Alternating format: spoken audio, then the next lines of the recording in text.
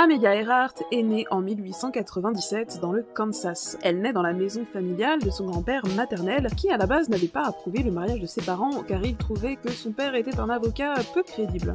Amelia et sa petite sœur Grace Muriel n'ont pas reçu l'éducation conventionnelle des jeunes filles de l'époque, car leur mère ne croyait pas en l'éducation façon poupée de porcelaine. Amelia et sa sœur jouent à l'extérieur, elles sont libres d'explorer l'environnement, de grimper aux arbres, de chasser les rats avec un fusil ou de faire de la luge, elles collectionnent même les insectes et adoptent un petit crapaud. Leur mère, qui a une approche résolument moderne et on peut dire féministe, leur fait même porter des bloomers, une sorte de culotte bouffante inspirée des sarouels, resserrée aux chevilles, qui a été lancée par l'avocate et féministe Amelia Bloomer en 1851 afin d'améliorer le confort et la liberté des femmes. Cette culotte se porte sous une jupe, elle ne va pas rester très longtemps à la mode, mais les sportives vont bientôt l'adopter, notamment pour faire du vélo ou jouer au tennis. Enfant, Amelia fait son premier vol involontaire, après avoir construit avec son oncle une rampe pour reproduire un roller coaster sur le toit de la cabane à outils familiale. Elle est tellement exaltée par cette expérience qu'elle dira à sa sœur qu'elle a cru avoir volé. La stabilité financière de la famille est compliquée car le père d'Amelia est alcoolique et doit souvent changer d'emploi et oblige la famille à de nombreux déménagements. Et pour empêcher son père de dilapider plus tard l'héritage familial, sa grand-mère va choisir de placer l'héritage dans des investissements financiers. Pendant son enfance et son adolescence, Amelia collectionne les coupures de journaux qui mentionnent des femmes qui ont du succès dans des métiers à dominante masculine, comme le droit, la publicité, l'ingénierie ou le cinéma. En 1917, elle rend visite à sa sœur à Toronto et s'émeut du sort des blessés de la Première Guerre mondiale qui sont rapatriés depuis l'Europe. Elle s'engage donc auprès de la Croix-Rouge du Canada et après une formation, gère la nourriture et la distribution de médicaments auprès des rapatriés. Mais en 1918, elle contracte la grippe espagnole qui est en train de se propager au Canada. Elle en réchappe, mais devra tenir la convalescence pendant plus d'1 an et subira tout au long de sa vie des petites opérations pour soulager et désinfecter ses sinus, et ses futurs exploits en altitude ne feront qu'affecter. Dès 1920, Amelia se passionne pour les meetings aériens et effectue un baptême de l'air avec Frank Hawks, une petite star de l'aviation. Ce vol dure 10 minutes, il s'élève à moins de 100 mètres du sol, mais va changer radicalement sa vie. Amelia fait toutes sortes de métiers pour économiser pour se payer des cours de pilotage avec une des pionnières de l'aviation qui s'appelle Netta Snow. Pour avoir l'air d'une vraie aviatrice, elle se coupe les cheveux courts et achète un manteau en cuir qu'elle essaie de donner l'air usé en dormant avec et en faisant des taches d'huile de moteur pour éviter les taquineries des autres pilotes.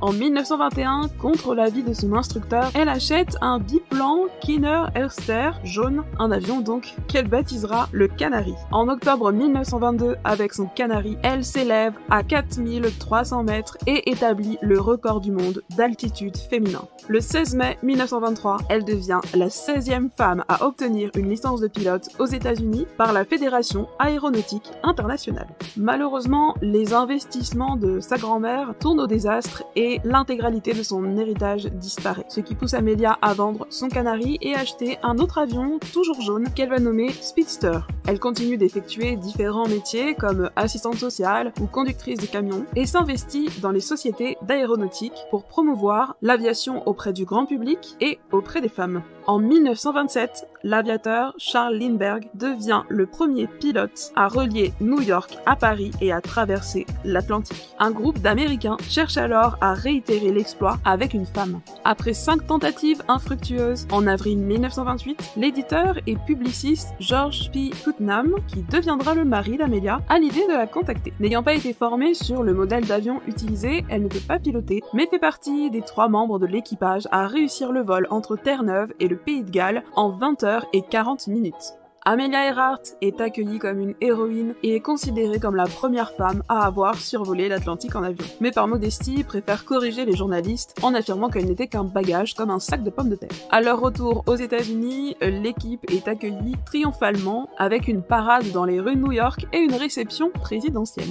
Celle qu'on surnomme Lady Lindy à cause de sa ressemblance physique avec Charles Lindbergh devient une célébrité. Elle écrit un livre et donne des conférences. Son mari, George P. Putnam, développe sa popularité en faisant de son image un produit marketing. Elle participe à des publicités, toutes sortes de produits sont développés à son image et une gamme de vêtements qui s'inspire de son côté simple et casual est même vendue dans les centres commerciaux Macy's. Amelia Earhart devient rédactrice en chef adjointe du magazine Cosmopolitan pour promouvoir promouvoir l'aviation et les femmes aviatrices et ingénieurs en aéronautique auprès du grand public.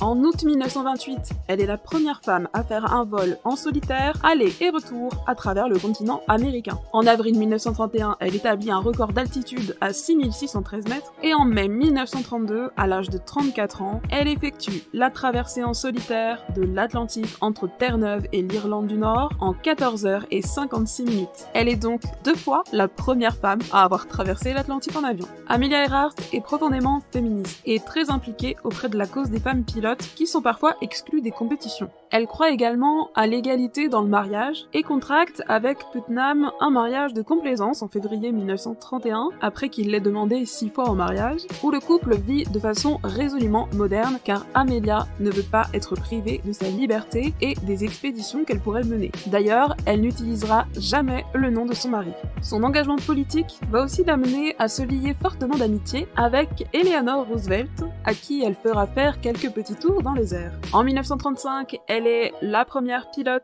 à relier Hawaï à la Californie, puis Los Angeles à Mexico, et va même réussir l'exploit de relier Mexico à New York sans escale, et même si son vol se passe très bien, l'atterrissage dans lequel elle doit essayer de ne percuter aucune personne de la foule sera très stressant. À partir de 1936, elle prépare une expédition autour du monde. Elle souhaite établir le record de longueur à 47 000 km en suivant un tracé équatorial. Pour ce faire, elle a reçu un financement pour la construction d'un avion qui est spécialement équipé de réservoirs de carburant supplémentaires et d'autres ajustements techniques. Cet avion, elle le nomme son laboratoire volant. Elle utilise toujours le marketing pour récolter plus d'argent et se forme pour maîtriser son nouvel appareil auprès de Harry Manning, un ancien capitaine de navire, pilote et opérateur radio. Son mari n'est pas totalement convaincu par les compétences de Harry Manning et la convainc d'engager un troisième membre d'équipage, un navigateur plus expérimenté qui s'appelle Fred Noonan.